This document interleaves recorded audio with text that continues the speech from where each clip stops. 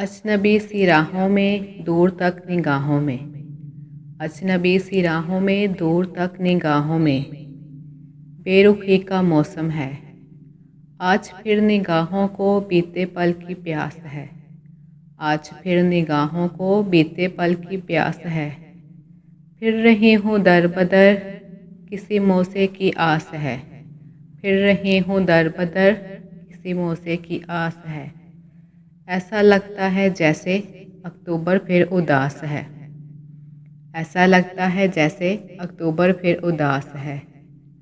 बात तो करे कोई साथ तो चले कोई। बात तो करे कोई साथ तो चले कोई। खामोशी का पहरा है जख्म दिल का गहरा है।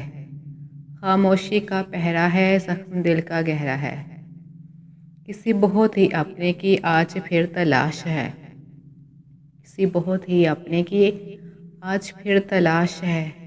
ऐसा लगता है जैसे अक्टूबर फिर उदास है।